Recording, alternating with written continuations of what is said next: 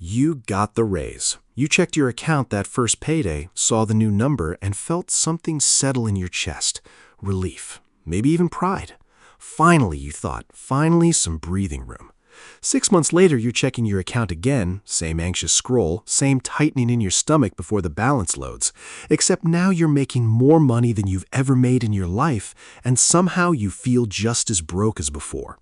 Nobody tells you this part. Nobody warns you that the raise doesn't fix the fear, it just changes its shape. Think about the last time you got good financial news. A bonus, a new job, an extra shift that finally cleared. For a few days, you felt lighter. You let yourself breathe. And then, quietly, without ever deciding to, you started spending like the new number was permanent. Maybe it was the flat. You've been telling yourself you could handle the one bed with the slightly better postcode, the one 50 pounds more a month, the one where you don't share a wall with someone's late-night arguments. You told yourself, I can afford this now. Maybe it wasn't rent. Maybe it was smaller. The takeout order that used to be a treat became a Tuesday habit. The grocery basket that used to be planned became whatever looks good, because you earned it, hadn't you? You worked hard. You deserved comfort.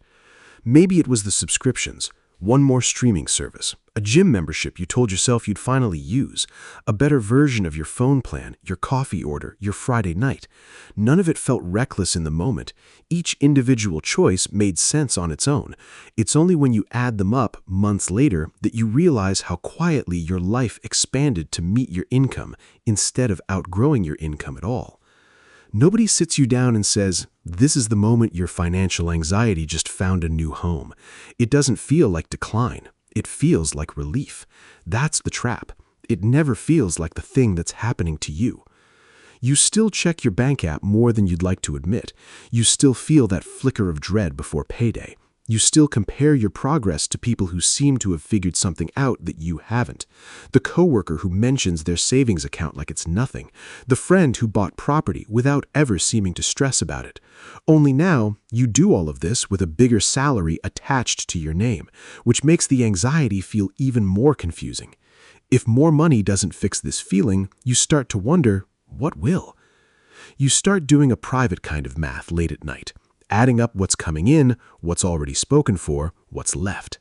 And the number left over never feels like enough, no matter how many times the number coming in goes up.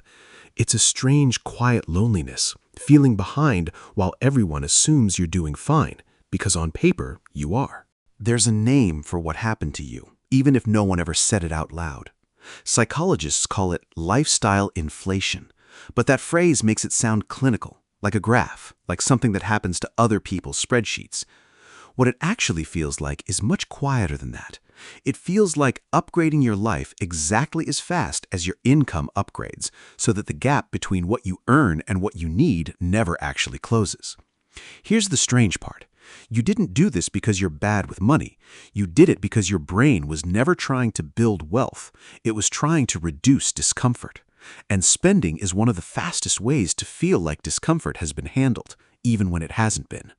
Every treat yourself moment, every subscription you added because you could finally afford it, every small upgrade that felt earned, none of those were mistakes in isolation.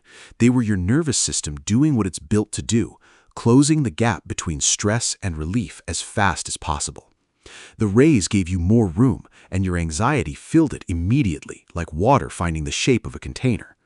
What most people never realize is that this isn't really about money at all. It's about identity.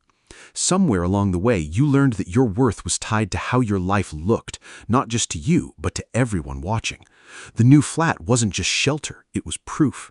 The nicer version of your everyday life wasn't just comfort, it was evidence that you'd made it, or were at least getting close.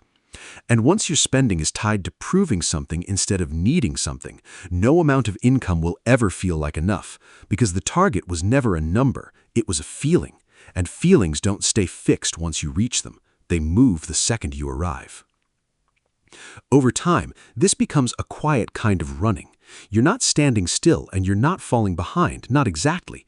You're moving at exactly the same speed as the thing you're trying to outrun, which means it never gets closer and it never gets further away. It just stays there, just behind your shoulder, no matter how fast you go. Slowly, without noticing it, You've built a life that requires the raise just to function normally, not to get ahead, just to stay standing still, which means the very thing that was supposed to give you freedom quietly became the thing keeping you tethered to the same paycheck-to-paycheck rhythm you thought you'd escaped. You're not imagining it. You are working harder, earning more, and somehow further from the feeling of security than you expected to be by now. That gap between effort and peace is the part nobody prepares you for. We're taught to chase the number. Nobody teaches us what to do once we catch it, and it still doesn't feel like enough. There's a particular kind of exhaustion in this that's hard to explain to anyone who hasn't lived it. It's not the exhaustion of not having enough.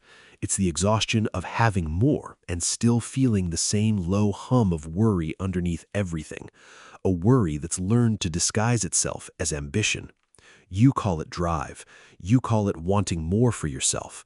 But underneath, sometimes, it's just fear wearing a nicer outfit.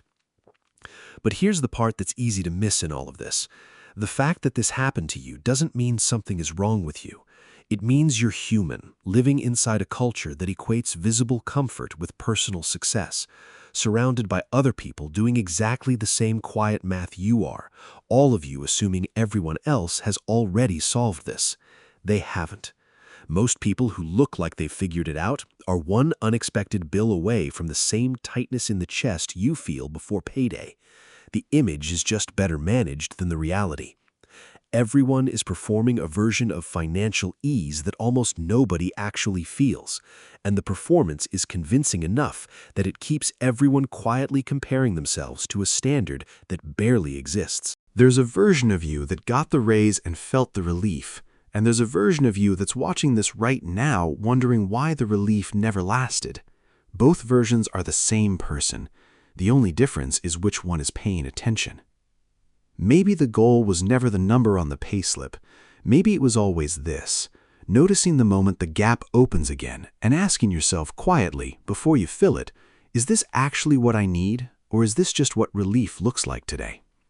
That question won't make you rich, but it might be the first time in a long time you felt something close to still.